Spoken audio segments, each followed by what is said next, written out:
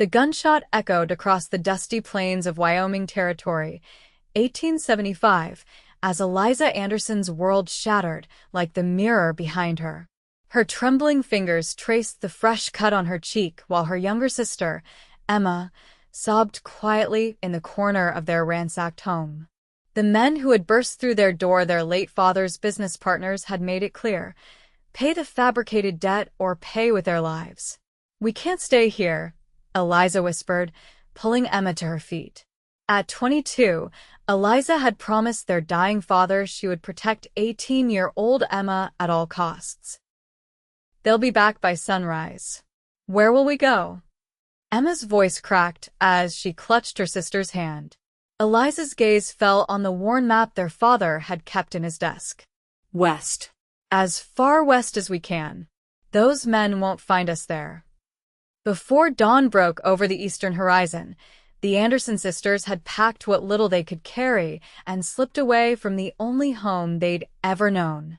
Their father's pocket watch and mother's cameo necklace were the only valuables they dared take. Everything else they left behind. The journey west was grueling. Days melted into weeks as they traveled by whatever means they could afford: rickety stagecoaches, the occasional train when tracks were available, and on the back of farm wagons when kind strangers offered.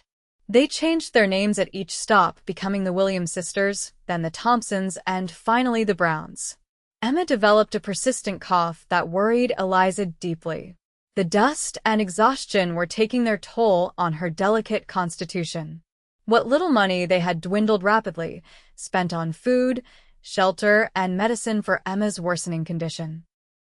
"We need to settle somewhere," Eliza said one evening as they huddled in a small room above a general store in a town whose name she hadn't bothered to learn. "You need rest, proper care." "They'll find us," Emma whispered, fear darkening her eyes. "They always do." Eliza squeezed her sister's hand. "Not this time. I promise."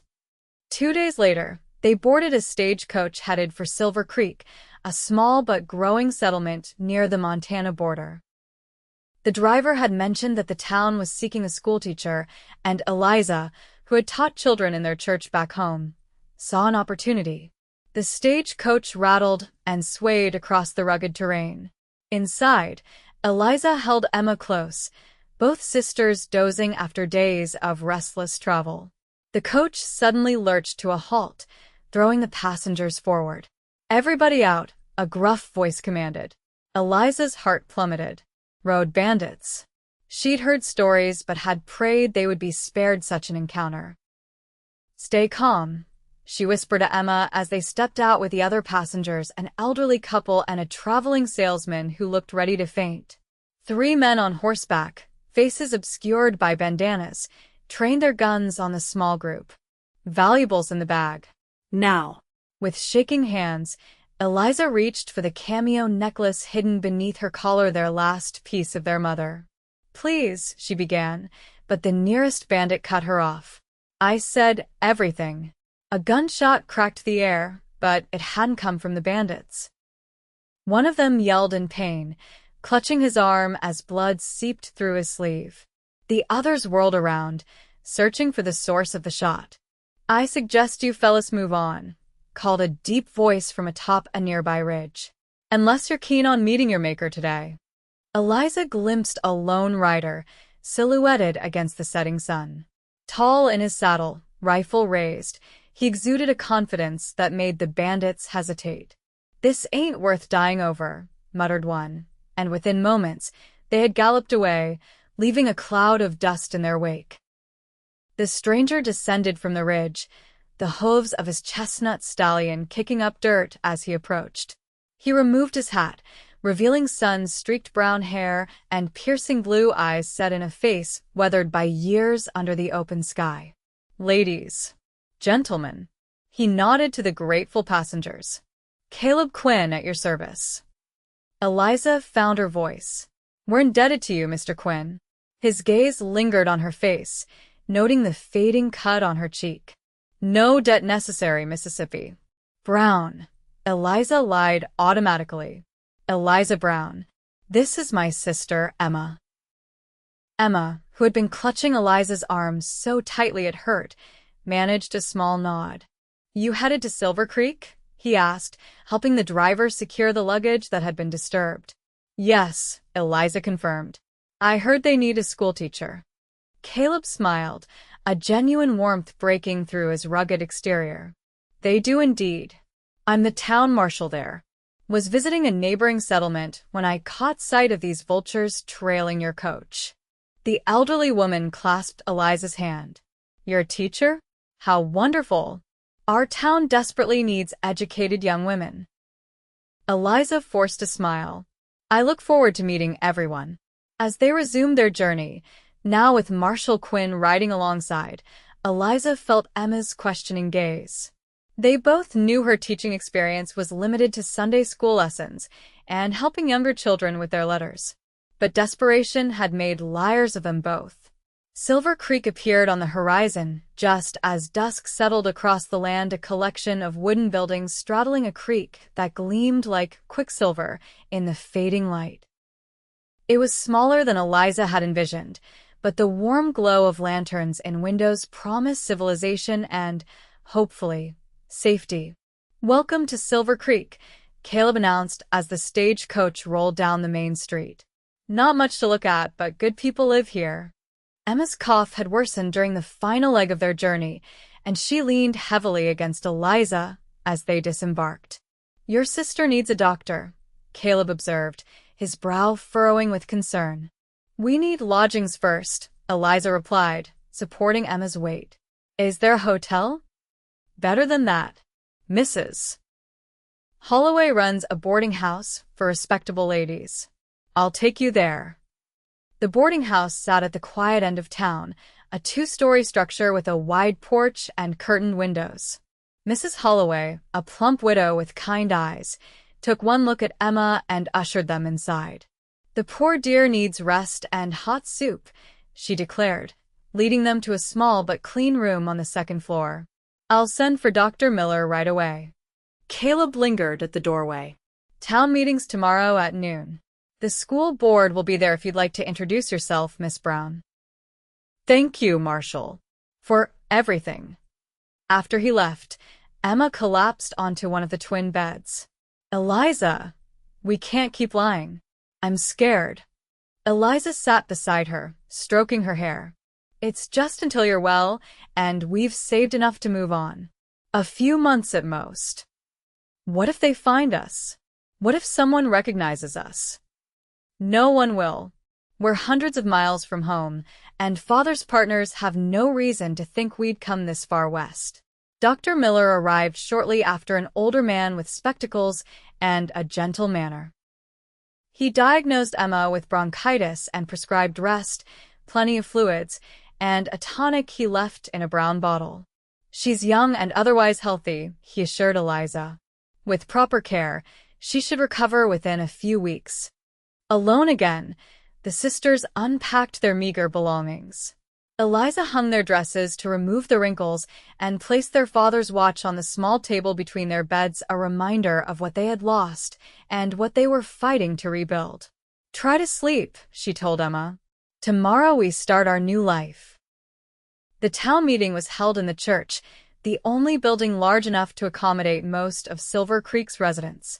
Eliza wore her best dress, a navy blue cotton with white trim that had seen better days, and tried to project confidence as she entered. All eyes turned to her, and whispers rippled through the crowd. Silver Creek clearly didn't receive many newcomers, especially unaccompanied young women. Caleb Quinn stood at the front of the room beside the mayor, a portly man named Harrison Wells. The marshal nodded in greeting, a reassuring gesture that calmed Eliza's racing heart. "Folks," Mayor Wells announced after discussing various town matters, "I'd like to introduce Miss Eliza Brown, who's come to apply for our teaching position. Miss Brown, would you care to say a few words?" Eliza's mouth went dry as she made her way to the front. The sea of curious faces seemed to stretch endlessly before her. She cleared her throat. "Good afternoon. My name is Eliza Brown. My sister Emma and I have come from Pennsylvania seeking a fresh start after losing our parents." The half-truth tasted bitter on her tongue. I've had the privilege of teaching children in our church and assisting in our local school. I believe education is the foundation upon which we build our future, and I would be honored to contribute to Silver Creek's growth by teaching your children. A woman in the front row raised her hand. Do you have formal qualifications, Miss Brown? Eliza faltered. I was apprenticed to our schoolmistress for 2 years. Can anyone vouch for your character?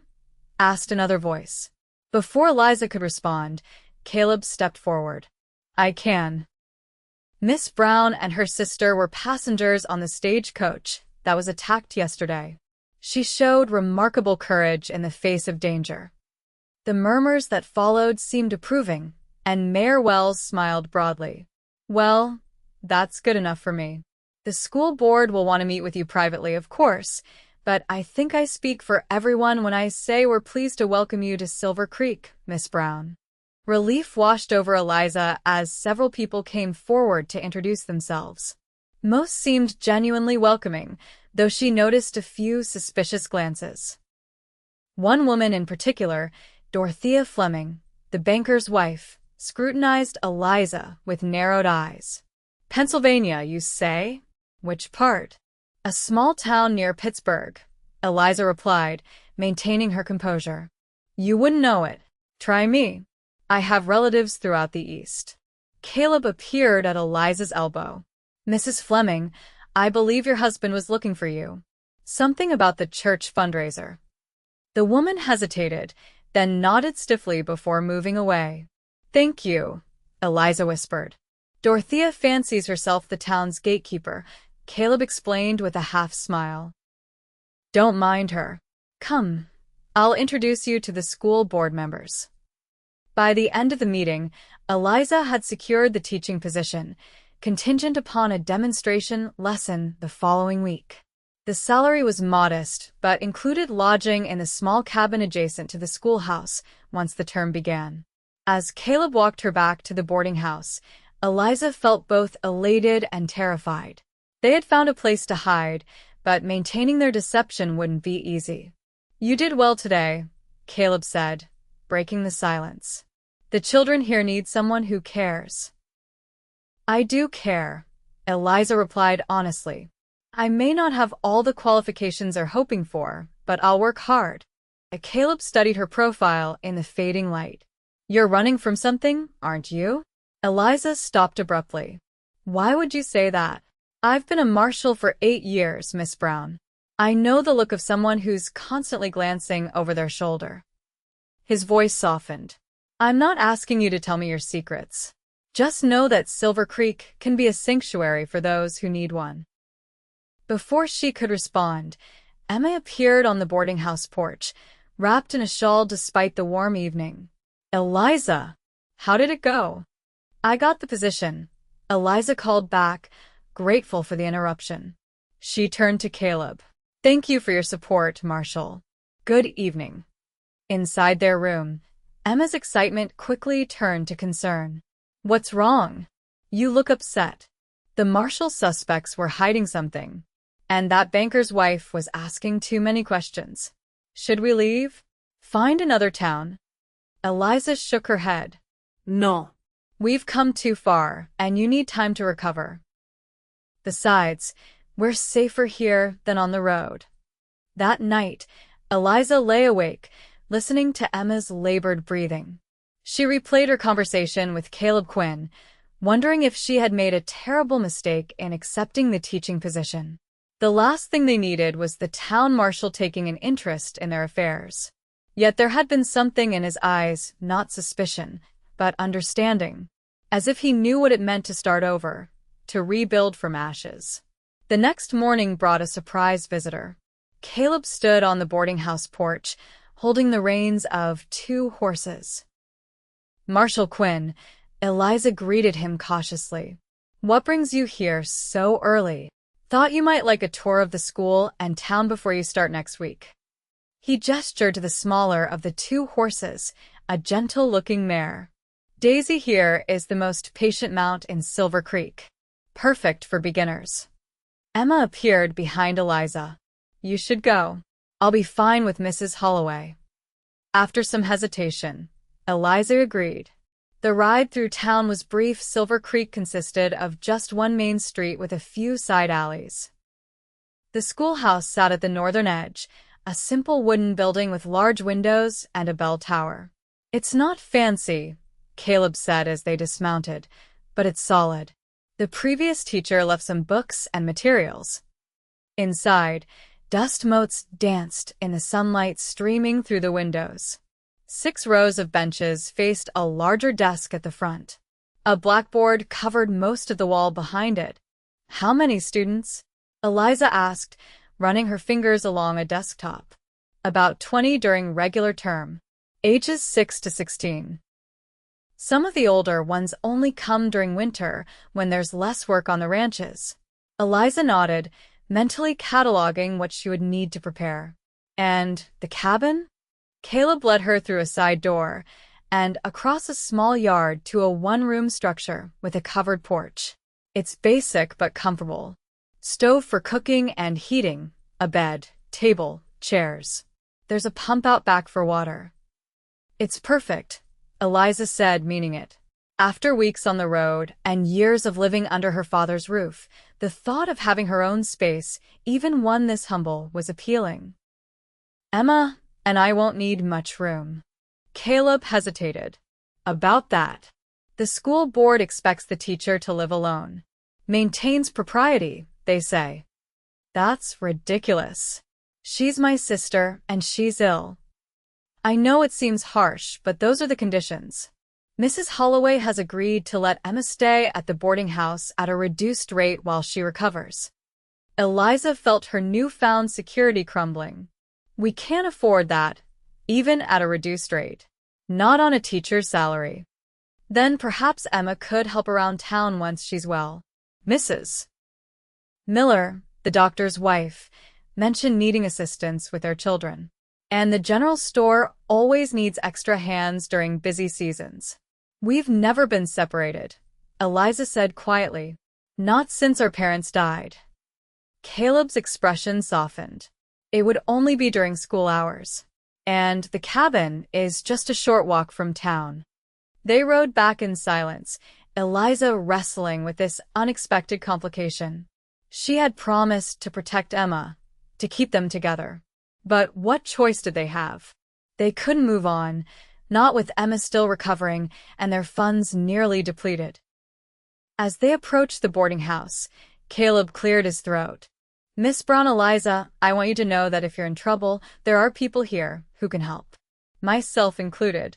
Why would you help strangers you barely know? Because everyone deserves a second chance. There was something in his voice, a personal understanding that suggested he had once been in need of such a chance himself. Silver Creek gave me mine. Maybe it can give you yours too. Before she could respond, a commotion erupted down the street. A rider came galloping into town, his horse lathered with sweat. He reined in sharply in front of the marshal's office, shouting for Caleb. Stay here, Caleb instructed, spurring his horse toward the disturbance. Eliza dismounted and hurried inside to find Emma and Mrs. Holloway watching from the window. What's happening? She asked, joining them. Sounds like trouble at the Thompson Ranch, Mrs. Holloway replied. Sam Thompson's boy came riding in like the devil himself was on his tail. Through the window, Eliza could see Caleb speaking urgently with the young man, who couldn't have been more than 14. The marshal's face grew increasingly grim as he listened. He nodded once, then turned toward the boarding house, catching Eliza's eye through the glass. A moment later, he was at the door. Mrs. Holloway, we need your help. The Thompson place was hit by raiders. Martha's been hurt, and they've taken their youngest girl. Mrs. Holloway gasped. Sweet heaven, I'll gather supplies. She bustled away, calling for her housekeeper. Raiders? Eliza asked, her blood running cold. Indians? Caleb shook his head. No. Men. Outlaws by the sound of it. 4 or 5, according to the boy. They were asking about newcomers to the area, specifically 2 women traveling alone. Eliza felt the room tilt beneath her feet. Emma reached for her hand, squeezing so tight it hurt. "They're looking for us," Emma whispered, her face ashen. "They found us." Caleb's gaze sharpened. "Those men are after you?" Eliza swallowed hard, knowing their charade was over. "Yes." "They worked with our father. After he died, they claimed he owed them money, a lot of money. When we couldn't pay, they threatened us. That's why we fled." "And the girl they took? Why would they take her?" "Leverage, perhaps? "Or a mistake." They might have thought she was one of us." Guilt washed over Eliza. An innocent child was suffering because of them. Caleb's expression hardened. "I'm gathering a posse. We'll find them." "We should leave," Eliza said. "As soon as possible. If they're here because of us, running won't solve this," Caleb cut in. "They'll just follow, and next time they might hurt more innocent people in the process." His voice softened. "Let me help you end this, Eliza. You and your sister deserve peace." The weight of weeks of fear and exhaustion suddenly felt unbearable. Eliza sank into a chair, Emma still clutching her hand. "They're dangerous men, Marshall. They've killed before. So have I, when necessary." There was no boast in his words, just a simple statement of fact. "Stay here. Lock the doors. I'll post a deputy outside until I return." Before he could leave, Eliza caught his arm. "The girl, what's her name?" "Sarah." "She's 7. Please bring her back safely. Whatever happens with us, she shouldn't suffer for our troubles." Caleb covered her hand with his. "I will. And when I return, we'll figure out a way to keep you both safe. You'll never have to hide again." The words were a promise, spoken with such conviction that Eliza almost believed them. Almost. After Caleb left, Mrs. Holloway returned with a young deputy in tow. "This is Deputy Evans. He'll be keeping watch outside." "Mrs. Holloway," Eliza began hesitantly, "there's something you should know. Those men are looking for you girls," the older woman finished, her expression knowing. "I figured as much from your reaction. Don't you worry about explanations now. We take care of our own in Silver Creek, and like it or not, you two are part of our community now." Tears stung Eliza's eyes at the unexpected acceptance. "Thank you." Night fell with no word from the posse. Emma finally succumbed to exhaustion, curled on her bed still fully dressed. Eliza kept vigil by the window, watching the empty street below. Just past midnight, hoofbeats broke the silence. Eliza leaned forward, straining to see. A group of riders approached slowly, and her heart leaped when she recognized Caleb's tall figure at the front. Cradled before him on his saddle was a small form wrapped in a blanket. Eliza rushed downstairs, reaching the porch just as the riders dismounted. "Sarah?" "Sleeping," Caleb said softly, carefully transferring the child to another man's arms. "Her father," Eliza presumed. "Mr. Thompson, Dr. Miller, is waiting at his office." The man nodded gratefully, his face streaked with dirt and tears. "Thank you, Marshall. Miss Brown." He hurried away with his daughter. "Is she hurt?" Eliza asked anxiously. "Frightened, but unharmed." Caleb's face was grim as he dismounted. "The men weren't so fortunate. You killed them." "1. 2 were wounded, and we've got them locked up. The others escaped." Relief and dread washed over Eliza in equal measure. "So, it's not over." "No. But we know who they are now." "The ones we captured told us everything for a reduced sentence." He gestured toward the boarding house. "Let's talk inside." In the small parlor, Caleb recounted what they had learned. The men had been working for Victor Blackburn, a businessman from Philadelphia who had swindled their father and many others. When James Anderson had threatened to expose him, Blackburn had him killed, making it look like a robbery gone wrong. "They never expected you girls to flee west," Caleb explained. "But Blackburn is a vindictive man. He wants to eliminate all witnesses to his crimes." We never witnessed anything, Eliza protested. Father only told us his suspicions before he died. But Blackburn doesn't know that. And your father's papers, did he leave any documentation? Eliza exchanged a glance with Emma, who had joined them after being awakened by the commotion. His journal. He kept detailed records of all his business dealings. Where is it now? Hidden in the lining of my traveling case, Eliza admitted. I didn't understand most of it, but I couldn't bear to leave it behind. Caleb leaned forward, his expression intent. That journal could be enough to bring Blackburn to justice, especially with testimony from his own men to corroborate it. You want us to testify against one of the wealthiest men in Pennsylvania? Emma's voice quavered. We'd never survive the journey east. You wouldn't have to go. I can telegraph the federal marshal in Cheyenne. He can send men to escort Blackburn's captured associates back east, along with the journal. Your written statements would be sufficient. Hope flickered to life in Eliza's chest. Could it really be that simple? Not simple, but possible. Caleb's gaze was steady. In the meantime, we need to prepare for the possibility that the escaped men will return with reinforcements. The next few days passed in tense anticipation. Caleb organized the townsmen into patrols, and Deputy Evans remained stationed near the boarding house.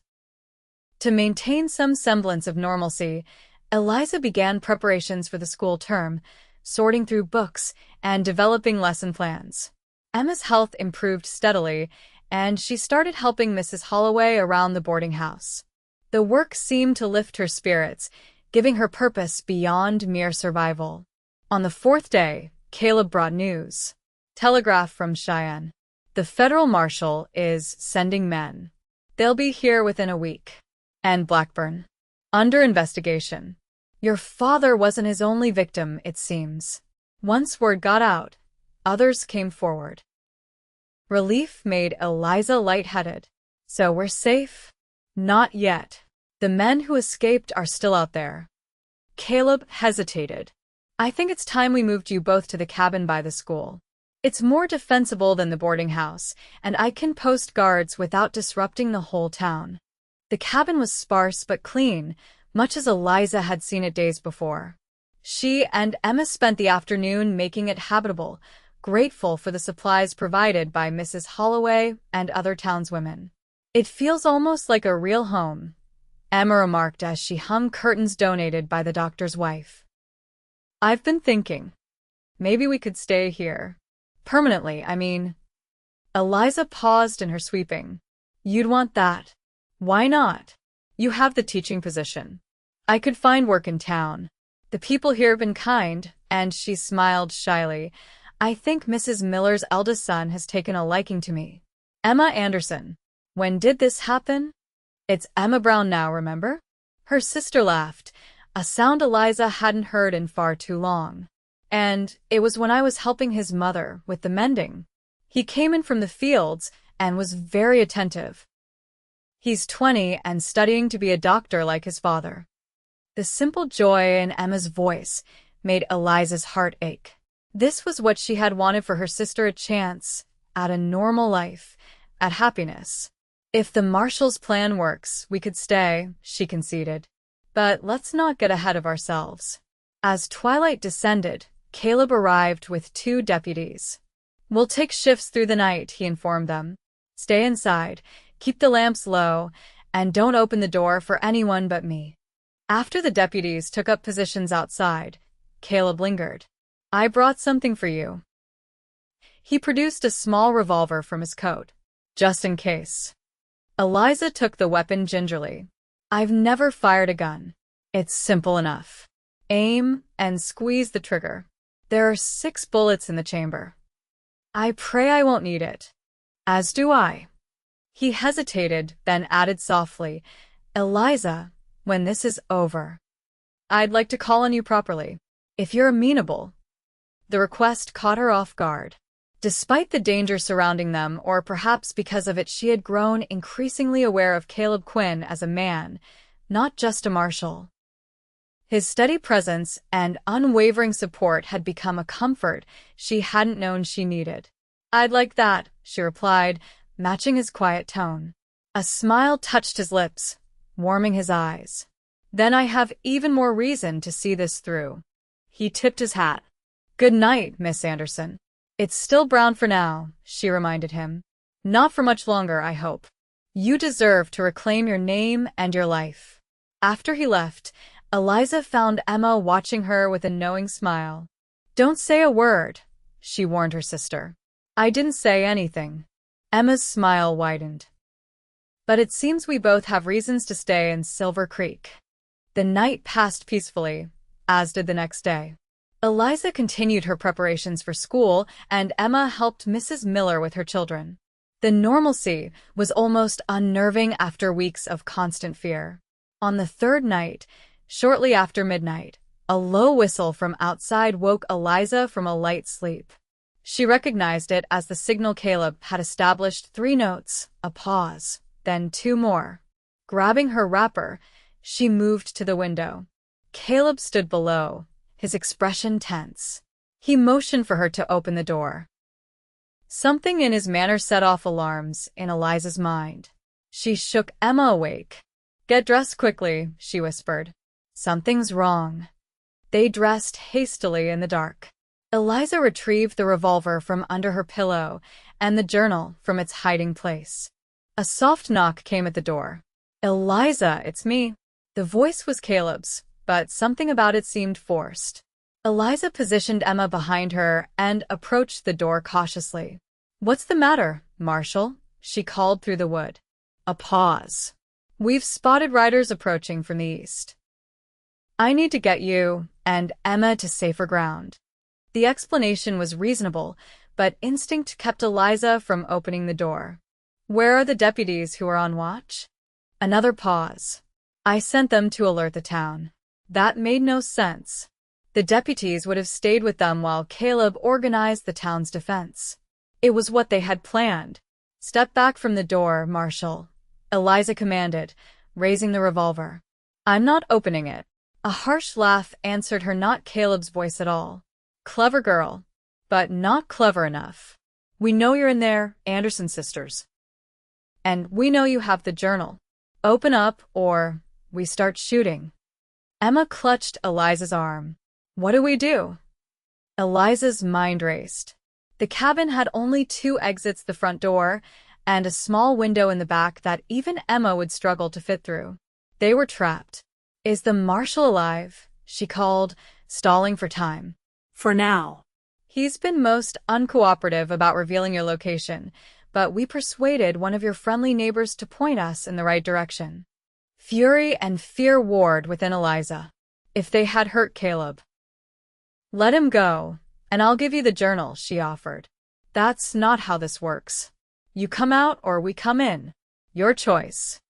A gunshot shattered the window beside them, showering glass across the floor.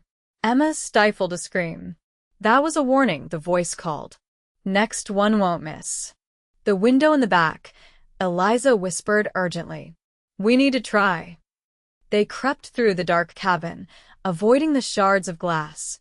The rear window was small but not impossible. Eliza boosted Emma up first. It stuck. Emma hissed, pushing against the frame. Push harder. Another gunshot splintered the front door. They were out of time.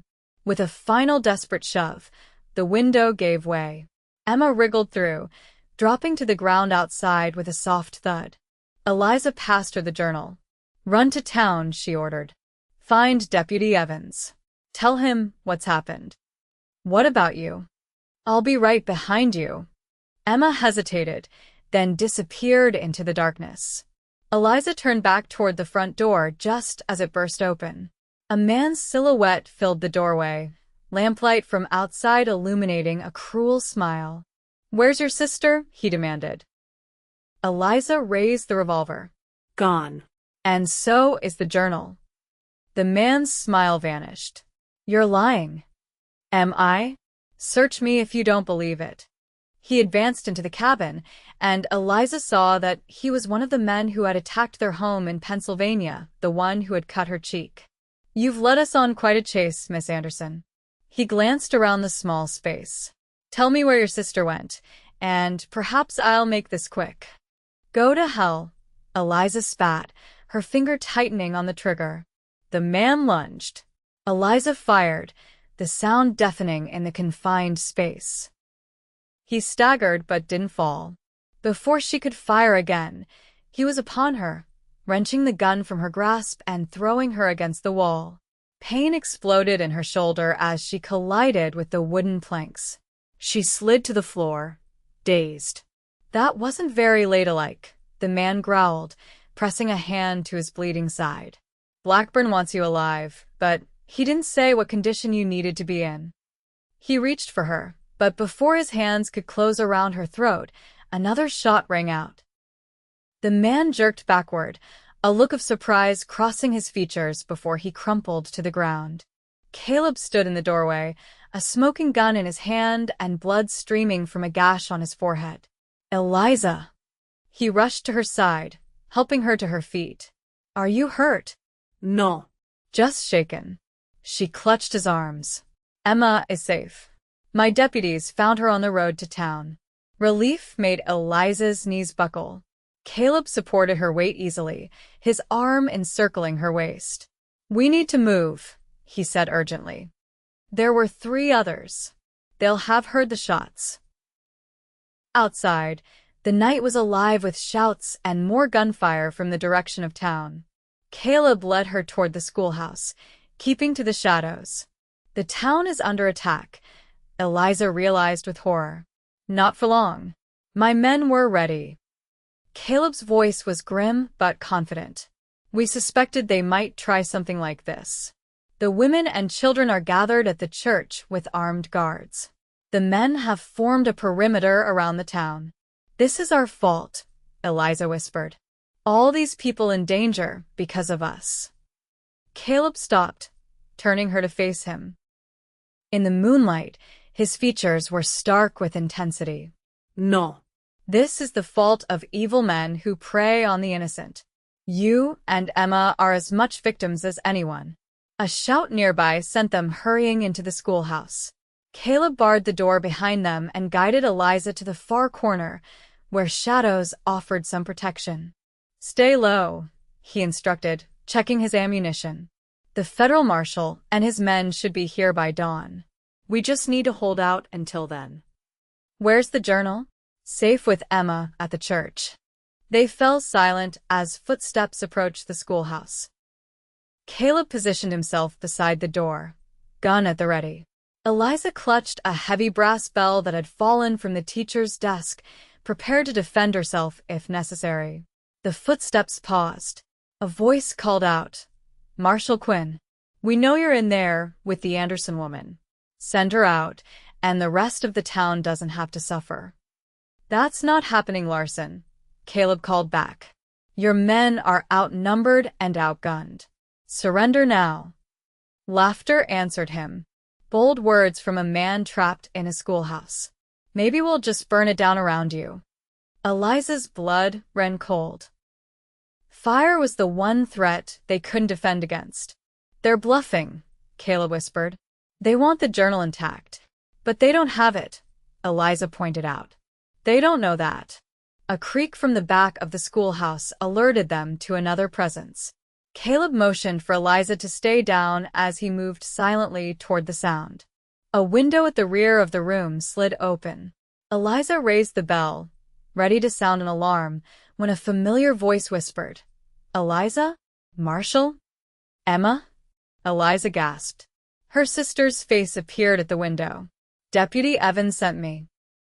There's a tunnel beneath the schoolhouse, built during the early settler days for protection against raids. It leads to the church. Caleb joined them, amazement clear in his expression. A tunnel? Are you certain? Yes. Mrs. Holloway showed me the entrance from the church side. The other end should be under the platform at the front of the classroom. Caleb moved to the teacher's platform, running his hands along the floorboards. There's a seam here. He pulled a knife from his boot and pried at the edge. A section of flooring lifted, revealing a dark space below.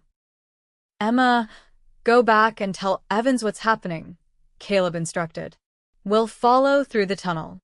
After Emma disappeared, Caleb and Eliza could hear the men outside growing impatient. "Last chance, Marshall," Larson called. "We're coming in. Time to go." Caleb helped Eliza into the opening, then followed, pulling the trapdoor closed above them. In the darkness, he struck a match, illuminating a narrow passage supported by timber beams. "Stay close." They moved as quickly as the low ceiling would allow, bent almost double. The air was stale but breathable. After what seemed like an eternity, they reached a set of crude steps leading upward. "This must be it," Caleb whispered, extinguishing the match before pushing against another trapdoor above. It opened into a small storage room at the back of the church. Beyond the closed door, they could hear voices, women comforting children, men discussing strategy. Eliza leaned against Caleb, exhaustion finally catching up with her. "Will it ever be over?" He drew her into his arms, holding her as if she were something precious. "Yes. I promise you, Eliza. This ends tonight." The door opened, and Emma rushed in, throwing her arms around Eliza. "You made it." "I was so worried." Deputy Evans followed with several armed townsmen. "Marshall, the federal lawmen arrived early. They've engaged Blackburn's men at the north end of town." Caleb's expression hardened with determination. "Then let's finish this." The next hours passed in a blur of action and tension. From the safety of the church, Eliza and Emma watched as the townsmen, led by Caleb and reinforced by the federal marshal's party, systematically cornered and captured the remaining outlaws. By dawn, it was over. 3 of Blackburn's men were dead, including the one Caleb had shot at the cabin. The rest were in custody, ready to be transported east along with the journal and the sisters' sworn testimonies. The town gathered in the church once more, this time for Thanksgiving rather than protection. Mayor Wells called for silence as he addressed his people. Silver Creek has faced many challenges since its founding, but none quite like the events of last night. That we stand here victorious is a testament to our strength as a community and to the leadership of Marshal Quinn. Cheers erupted, and Caleb acknowledged them with a modest nod. His gaze, however, remained fixed on Eliza across the room. "We also owe thanks to the Anderson sisters," the mayor continued, "who brought this danger to our doorstep through no fault of their own, but who showed remarkable courage in helping to end it." Eliza felt her cheeks warm as all eyes turned to her and Emma. She had expected resentment, not gratitude. The federal marshal, a stern man named Bradford, approached them after the meeting dispersed. "Ladies, your testimonies have been most helpful.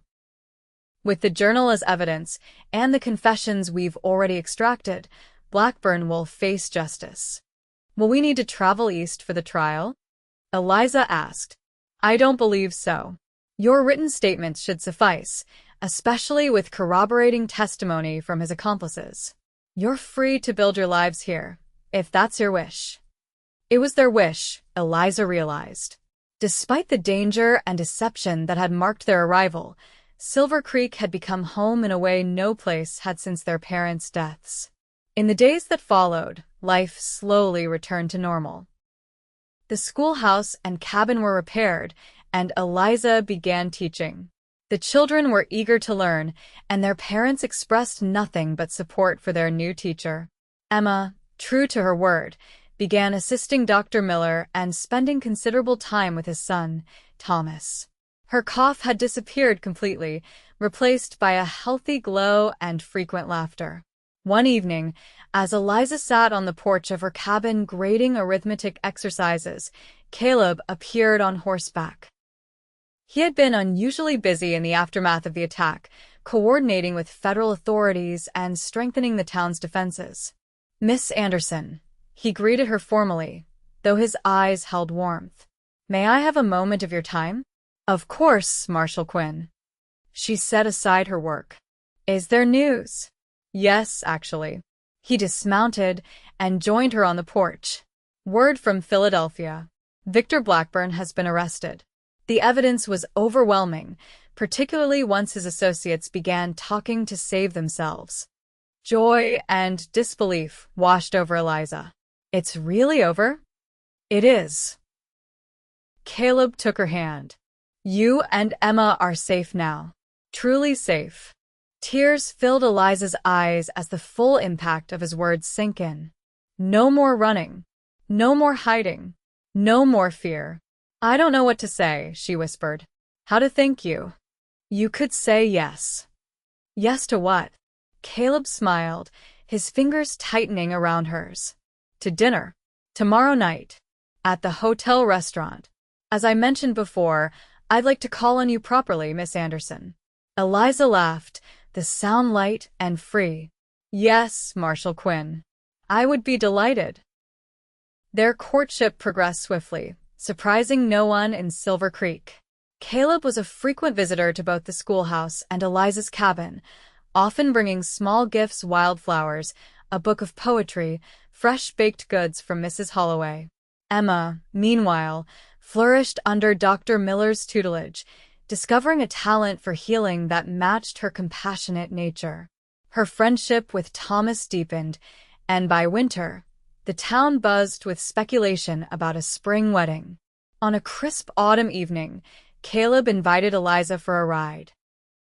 They traveled to a ridge overlooking Silver Creek, the town's lights twinkling in the gathering dusk. I come here often to think, Caleb said as they sat on a fallen log. It reminds me of how far I've come. What do you mean?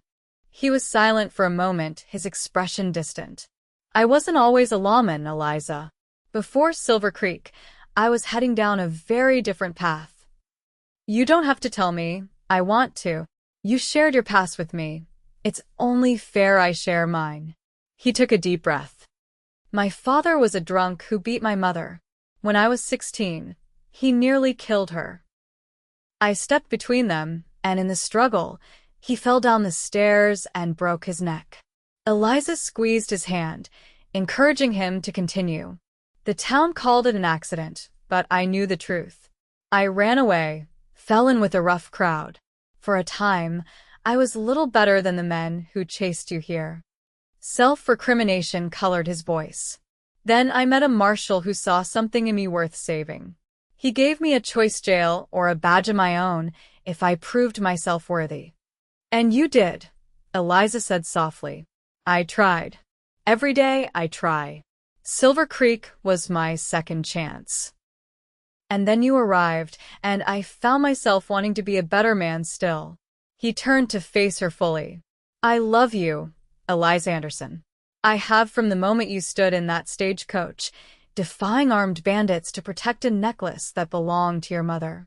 Eliza's heart soared. I love you too, Caleb. More than I thought possible after everything we've been through. He reached into his pocket and withdrew a small box. Then would you consider one more journey with me? The longest and most rewarding one of all. Inside the box lay a simple gold band set with a small, perfect diamond. Eliza gasped. Marry me, Caleb said, his voice husky with emotion. Be my wife, my partner, my heart's companion for all our days. Yes, Eliza whispered, tears of joy spilling down her cheeks. Yes, I will marry you, Caleb Quinn. The wedding took place on Christmas Day, filling the church with evergreen boughs and red ribbons. Emma stood as Eliza's maid of honor, radiant in a blue dress that matched her eyes. Thomas Miller gazed at her adoringly from his place among the guests, a promise in his expression that suggested another wedding wouldn't be far behind. As Eliza walked down the aisle toward Caleb, she marveled at the journey that had brought them to this moment. From terror and flight to love and permanence, from hiding to standing proudly before the entire town, claiming her true name and her future. Dearly beloved, the minister began, his voice resonating through the packed church. Caleb took her hands in his eyes never leaving hers. You'll never hide again, he whispered, too low for anyone but her to hear. I promise. And in that moment, surrounded by friends who had become family, holding the hands of the man who had helped her reclaim her life. Eliza knew it was true. The hiding was over. The running was done. Here, in this small frontier town with its big-hearted people, she and Emma had found not just safety, but home. 5 years later, Eliza Quinn stood on the porch of the house she shared with Caleb, watching their 3-year-old daughter, Margaret, chase butterflies in the garden. Their infant son, James, named for Eliza's father, slept peacefully in his cradle beside her. Emma and Thomas lived just down the street, their own daughter a frequent playmate for Margaret. The Miller medical practice now included a small hospital wing, where Emma served as head nurse, respected throughout the territory for her skill and compassion. Silver Creek had grown, but remained the close-knit community that had embraced 2 frightened sisters years before. Eliza still taught at the school, though she now had an assistant to help with the increased number of students. Caleb appeared at the garden gate, returning from his morning rounds. Though still marshal, he had trained several deputies to handle much of the daily work, allowing him more time with his family. "Any trouble?" Eliza asked as he climbed the porch steps to kiss her. "None worth mentioning. Silver Creek remains the most peaceful town in Wyoming Territory." He lifted sleeping James from his cradle, cradling the baby with the gentle confidence of a devoted father. Margaret spotted him and came running, her dark curls bouncing. "Papa." "I caught a butterfly. Did you now? What color was it?" As Caleb knelt to his daughter's level, listening with exaggerated interest to her description, Eliza felt her heart swell with gratitude. The scars of their past remained. Sometimes she still woke in the night, startled by phantom noises, but they had faded, overshadowed by the joy of their present. From hunted to protected, from sisters in hiding to women who stood tall in the light, from survival to prosperity, they had come so far. And in the end, Caleb's promise had proven true. They never had to hide again.